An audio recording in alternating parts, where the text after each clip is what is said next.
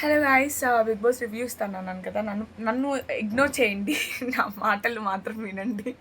నేనేమంత బాలేను. Because రూమ్‌లో ఉంటాను కాబట్టి ఇలానే ఉంటాను. ఆహ్, షార్ట్ అండ్ స్వీట్‌గా చెప్పేస్తాను. నేను నిన్నటిది చూడలేదు. ఆ గుడ్డి ఎపిసోడ్ ఏదో చూడలేదు నేను. చూసి మళ్ళీ రివ్యూ ఇస్తాను. బట్ దానికి ముందు వరకైతే సంజన ఒక్కటే కంటెంట్ ఇస్తుంది. అండ్ ఫుటేజ్ ఇస్తుంది అంటే తను తన్ని అలా బ్లేమ్ చేయడం రాంగ్. ఎందుకంటే సంజన వాళ్ళ ఇంట్లో ఉందనుకుంటుంది. బిగ్ బాస్‌లో ఉన్నట్లేదు. అడ్జస్ట్ అవ్వాల్సిందే. తనకు తెలియట్లేదు. She is not realising that తన ఇంట్లో లేదని. ఆబ్వియస్లీ తను చేసింది రాంగే. అది తనకు కూడా తెలుసు. హీట్ ఆఫ్ ద మొమెంట్‌లో ఎవరైనా నువ్వు చేసింది రాంగ్ అని 15 మెంబర్స్ ఆమె పైన పడితే ఆమె అలానే రియాక్ట్ అవుతుంది. ఎవరైనా అలానే రియాక్ట్ అవుతారు. నేను ఒప్పుకోను. నేను తప్పు చేశానని నేను ఒప్పుకోను. అలానే ఆమె కూడా రియాక్ట్ అయింది. దానిలో ఆమెది కంప్లీట్‌గా మిస్టేక్ అని చెప్పలేము. ఒక్కరన్నా ఆమె సైడ్ స్టాండ్ తీసుకొని ఆమె సైడ్ నుంచి ఓకే. ఇలా ఇలా అనుకునింది ఆమె. ఎందుకంటే సంజన రాంగ్ అని తనకు కూడా తెలుసు.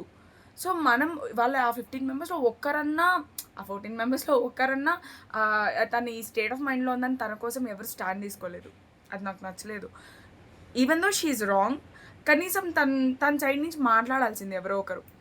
అండ్ నాకు తెలిసి ఇంకెవరు ప్రియ ఏంటంటే షీ ఈస్ క్యూట్. నిజంగా చాలా క్యూట్ ఉంది. నాకు నచ్చింది. కానీ తనేంటంటే ఎవరెవరితో ఎక్కడెక్కడ గొడవలు పెట్టుకుందామో, ఒక్కొక్క చిన్న మాట ఎవరైనా వదిలేస్తే దాన్ని పెద్దది చేద్దామా, ఆ చీప్ అనే వర్డ్ యూజ్ చేసింది కదా! అది చూసారా మీరు ఫుటేజ్‌లో?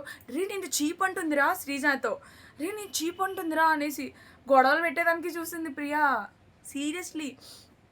దానివల్ల చిన్న చిన్న అంటే లైక్ యాక్చువల్‌గా ఫుటేజ్ అంటున్నారు కదా! ప్రియ. ప్రియనే ఫుటేజ్ కోసం చేస్తుందని నాకనిపిచ్చింది. సీరియస్‌గానే. లైక్ చిన్న చిన్న విషయాల్లో కూడా తను పెద్దగా రైజ్ అయిపోయి, తనే చాలా వెరీ గుడ్ నా క్యారెక్టర్ ఇది, అది అని పోర్ట్రే చేస్తున్నట్టు నాకనిపిచ్చింది ఎక్కడో.